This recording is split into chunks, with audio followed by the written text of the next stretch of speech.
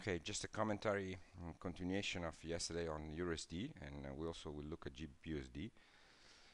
We spoke yesterday about an uptrend, in the how 1 hour EURUSD, and we saw that yesterday the correction that was just starting arrived to the tip down hourly. This is the gray line, and actually there was also support from the TIPUP daily.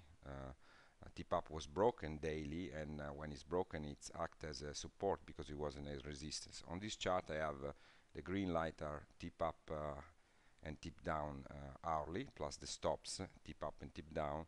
The blue dots are the daily tip up and tip down, and we see that the daily tip down is 143.42 and the daily tip up is 148.80, and the red dots are the 4-hour tip up and tip down. At the moment, I mean, let's continue. After we had this correction to the tip up and tip down, the movement restarted, the uptrend restarted, but it found resistance again at tip up hourly.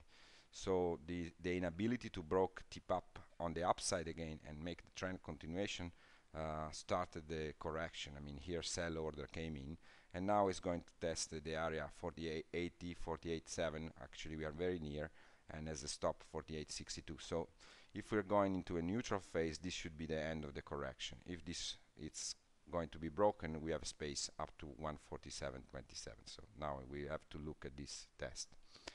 I also wanted to show you the GBP USD. You see this is a very strong hourly uptrend, and you can see also here that you have an acceleration when it breaks the 4-hour and then 1 hour tip up.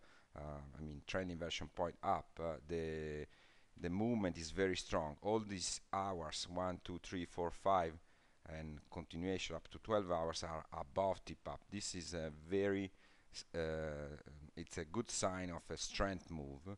And now that the correction starts, it's, as you see, the GBP is stronger than the euro and the US dollar, is not near the tip down. So the US dollar is arriving at the tip down, but the GBP not. So if there is space, if this correction will continue, 161.38 and 161.03 is the real points where the trend is at test.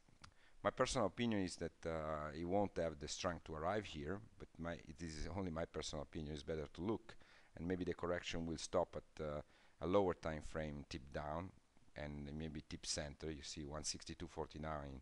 It's a good support area. You have a tip up, which is resistance, but when it's broken becomes support, and the tip center.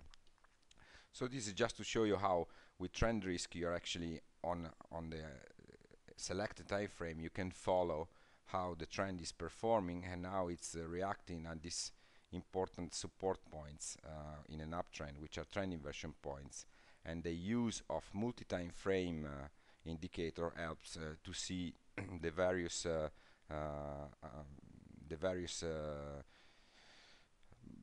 way that traders are working in different time frames. So it gives you a more broader perspective.